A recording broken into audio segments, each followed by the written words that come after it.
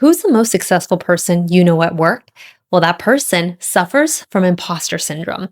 And I know it may not look like that. And that's because they've rewired how they feel. So it never affects what they do. Let me say that again. People who have imposter syndrome never let it affect what they want and what they go after, which is why in this video, I'm going to teach you exactly how you can do that as well.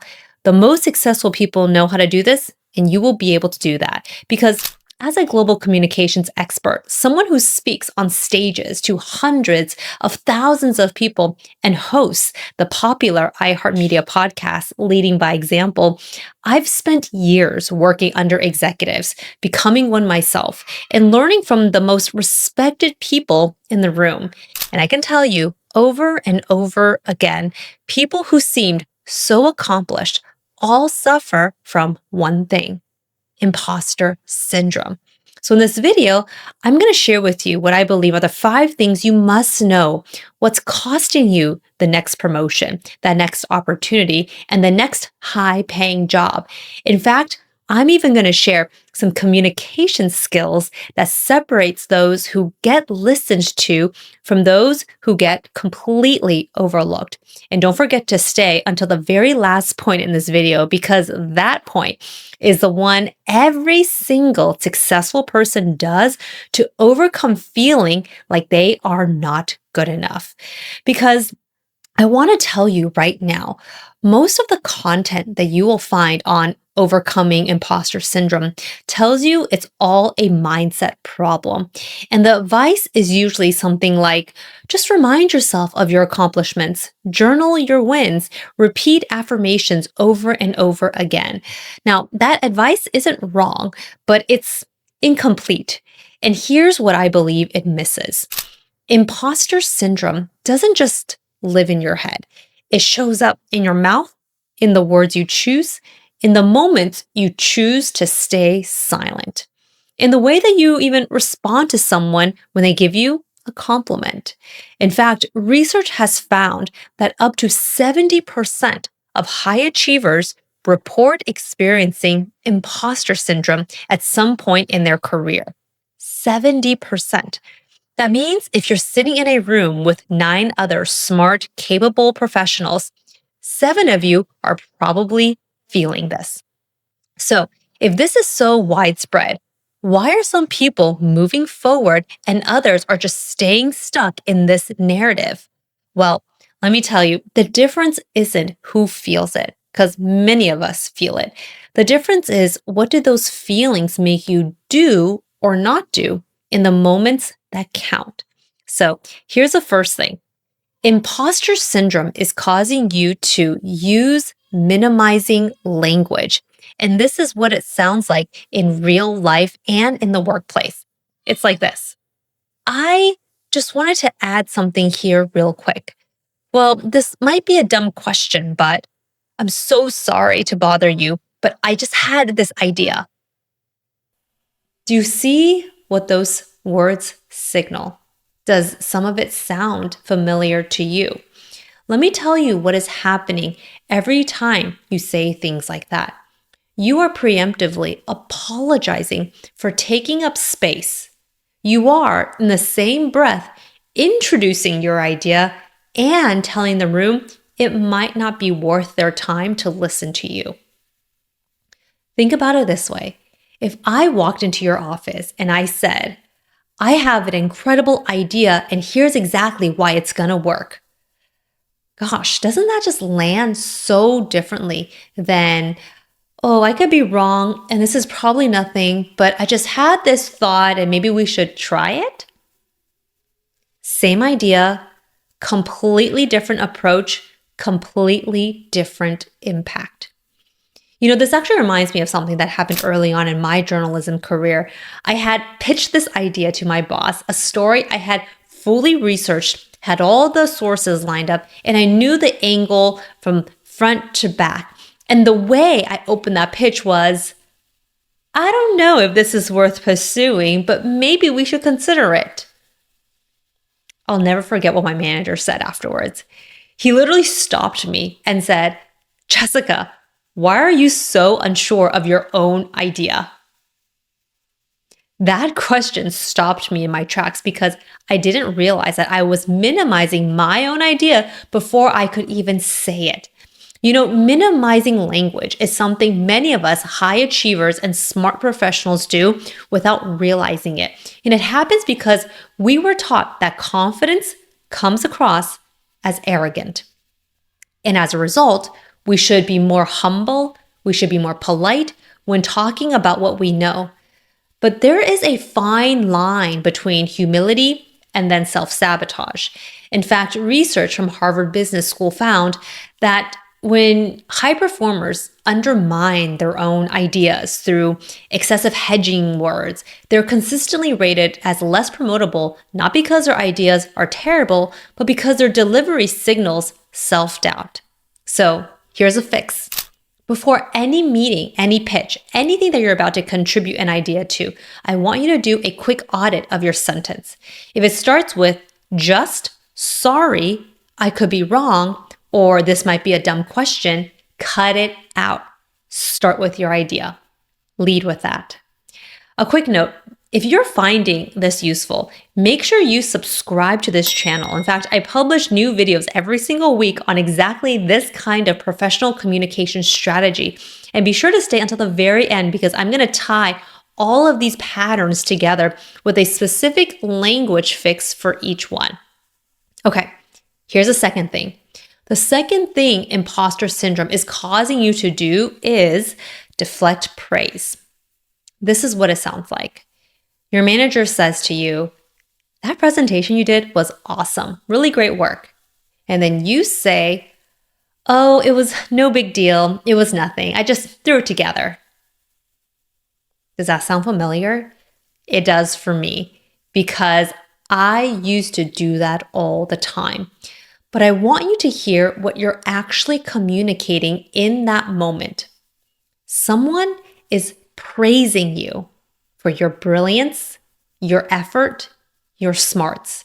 Your manager, someone with authority, influence, and oversight over your own career, just gave you a positive signal. And instead of receiving it, you basically redirected it away from yourself and you told that person with your own words that the positive assessment they made was wrong. Research on self-advocacy in the workplace consistently shows that professionals who deflect credit are perceived as less confident, less promotable, and this is the one that stings the most. They appear less credible.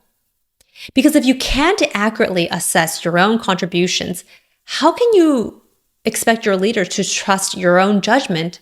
In fact, a few months ago, I was on a large stage, giving a keynote speech on developing executive presence and advocating for yourself, especially in this age of AI. And after I got off the stage, a woman came up to me and told me that she loved this topic that I was speaking about. Specifically, when I talked about how you can own your impact. You see, she was sharing with me how growing up, she was raised in a very humble, conservative, traditional environment where her parents consistently talked about not seeking the spotlight. Don't put the spotlight on yourself. And if anyone were to praise her, the polite and nice and respectful thing to do was to deflect that praise. Fast forward to now in the working world, she says that she feels very uncomfortable when people compliment her. By the way, I remember when she told me this, I immediately resonated it with myself because I grew up just like that, like in that environment where my parents immigrated from Asia to the US and they had that exact same mentality. Never seek the spotlight and deflect, deflect, deflect. But I will tell you right now, when you work in a fast-paced, competitive, high-pressure, professional environment, you really have to get comfortable with accepting compliments because that shows that you yourself know that you are a huge value add. Let me say that again. When you accept praise, you show to others that you know you deserve that praise. In fact, think about it this way. Praise is something where someone is giving you something like a gift.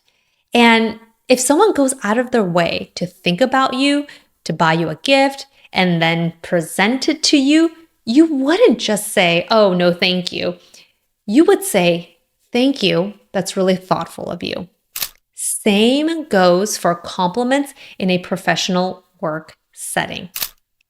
So here's what I want you to do the next time someone comes up to you, is so excited about what they just saw, and tells you how amazing you are. I want you to, number one, I want you to receive that recognition. Then two, I want you to expand on it. So this is what it sounds like. Instead of saying, oh, it was nothing, try, thank you. I'm really proud of how this all came together, and I'd love to do more work like this. That's it.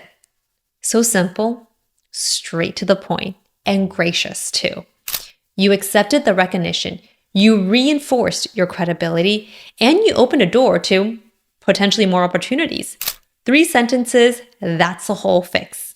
So here's a third thing imposter syndrome is causing you to do. Stay quiet. Here's what this looks like. You walk into an important meeting. You have an idea, you have a perspective, and you decide, not consciously, but through a split-second internal calculation in your own head, that you're just not ready to share it yet. You feel like you need to think about it a little bit more, and you need to be 100% before you can even say it. So you say, I will do this next time. I will say it next time. Except next time, the same narrative happens. And the person across the table who shared their half-formed idea you were sitting on, guess what? They got the credit. They look strategic. They got the visibility. They're the one in the room everyone is looking at and responding to, even though you had the same thought. In fact, research from the Center of Talent Innovation found that staying quiet in meetings is one of the top career limiting behaviors for high potential employees, even when their work output is amazing. This is the hard paradox of imposter syndrome in a professional environment. The fear of being exposed as not good enough is what produces the very behavior that makes others question your confidence. In my book, Smart Not Loud, How to Get Noticed at Work for All the Right Reasons, I talk about this in a lot of detail. I mean, the title of the book is Smart Not Loud, meaning you don't have to be aggressive or assertive to get your point across. You just have to be smart in how you position yourself, where you position yourself, and silence and being quiet is the quickest way to kill your career. I get it. For a lot of us high-performing people, we really want to be perfect before we say something because we don't want to look silly, we don't want to look dumb, we don't want people to judge us. But what I have learned is our capabilities is something that requires us to be explicit about. Because if people don't hear you, if people don't see you, it's like you weren't there. And I definitely don't want that to happen to you. And I want to say something directly if this really resonates with you. You know, you really do not need to be 100% certain before you speak. Nobody in the room, by the way, is ever 100% certain. And if your thought is relevant to the conversation, you must say it. In fact, from a communication standpoint, this is the tip that I want to share with you. And it's so powerful and you can use this immediately. So if you want to say something because you know that this is the perfect opportunity and you heard me encourage you to do this the next time you have this imposter syndrome in your mind, instead of second guessing yourself, I want you to use the language bridge. That's what it's called. And it's this sentence. Say, I want to think out loud for a second. So here's where I'm landing on this idea. Then you share your point. There is something so powerful when you have a qualifying statement because it lets people know that you're still figuring it out, but you're not letting the thought just ruminate in your own head. And because you want to be a part of the conversation, you are contributing your thought right now. By the way, just that sentence alone signals confidence, while also giving yourself permission to not feel like you must have every detail figured out just yet. You're thinking out loud, you're not delivering a final verdict, and the room reads this as leadership every single time. In fact, I want you to think about this another way. Let's say you had an idea and you finally said it, but the timing wasn't right. But you had that half-formed idea and you use that language bridge and you say it because the timing felt right. Well, I will tell you that travels way more than you saying nothing at all. Because what you're doing is you are still giving the perception you're engaged and you're participating. Here's a fourth point. The fourth thing imposter syndrome does is it's causing you to wait for permission. Here's what the permission trap looks like. You're waiting for someone to tell you you're ready for the next level before you even start acting like it. You're waiting for your manager to suggest that you can lead that project instead of you raising your hand for it. You're waiting for someone to encourage you to apply for that next level promotion before you yourself go after it. Basically, you're waiting for external validation to prove once and for all that the imposter feeling you're feeling was wrong. But here's what I've learned after teaching over 2 million professionals how to communicate and build influence at work. That validation you're looking for, that validation where someone's going to tell you that you now need to take that next step, it rarely comes from someone other than you. And here's the truth. People are way too busy thinking about their own promotion, their own career, their own lives to think about what you should go after. And it's not that people are selfish or self-serving and they only want to think about themselves. It's that people are busy. They have their own responsibilities. They have their own needs. They have things that they need to take care of as well. Their own career, their own family, extracurriculars, any of that. So never let someone else control your own narrative. Because as long as you're waiting for someone else to say, oh, you're ready now, you basically have outsourced your career growth to other people's perception of you. And if you really want to succeed in your own career, you have to be the one to give yourself that permission, even if you don't feel 100% ready for it at the time. So many of you know by now that my parents, they immigrated from Asia to the US for what? It was that American dream. They did this decades ago to build a better future for themselves and for their kids. And as a result of that, it was all about this idea of hard work, put your head down, be diligent, and sacrifice, because they worked extremely hard and they never complained about it. So in some ways, there was that cultural piece to this belief that you just do good work and someone else is going to notice and they're going to hand you this opportunity, right? But here's the reality. Nobody's going to pull you aside and tell you that these are the rules that we are really working with. Nobody's going to say, this is how you advocate for yourself, or here's how you communicate your value. Very rarely is that going to happen in the workplace. So for me, when I started working, I learned it the hard way by basically staying invisible way longer than I needed to. But what I have discovered is your title or years of experience have nothing to do with whether someone listens to you or not. What matters more is whether you communicate like someone who belongs in that room. You become what you spend the most amount of time doing. And if you just sit there, put your head down, and expect people to tell you, oh, now you're ready to go, well, you're crafting that image that you don't think you're ready. Do you see what I mean? Belonging in the room starts with giving yourself permission, and that comes from you, not waiting for someone else to grant it to you and say, okay, now you're ready to go. Here's the one practice I really want you to start with this week. The next time an opportunity comes up, right? Maybe it's tomorrow, next week, next month. It could be a project, a committee, a speaking slot, a stretch role. Before you talk yourself out of it, ask yourself one question. Why not me? Write down one reason that explains why you are the right reason, why you are the right person. Just one, and that's all you need. Let's put this all together. The 4 communication patterns imposter syndrome creates, the ones that's just quietly costing you your promotion and that amazing career opportunity, is 1, the minimizing language. You got to cut out the just, the sorry, I could be wrong from your openers and start with your main idea. 2, it's the credit deflection. When you receive that recognition, when you get that praise, you got to expand on it and even share that you want more of that. 3, meeting silence. Think out loud. The room will read it as leadership, and you don't need to be 100% perfect. 4, the permission trap. You don't wait to be chosen. You communicate like someone who belongs, and then you go after it. Here's what I want you to understand about imposter syndrome.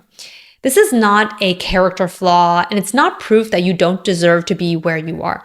Research tells us it's almost universally experienced, especially by smart, high achievers. The people who care the most, work the hardest, and hold themselves to the highest standard. So if this resonates with you, let me tell you, it's because you are smart.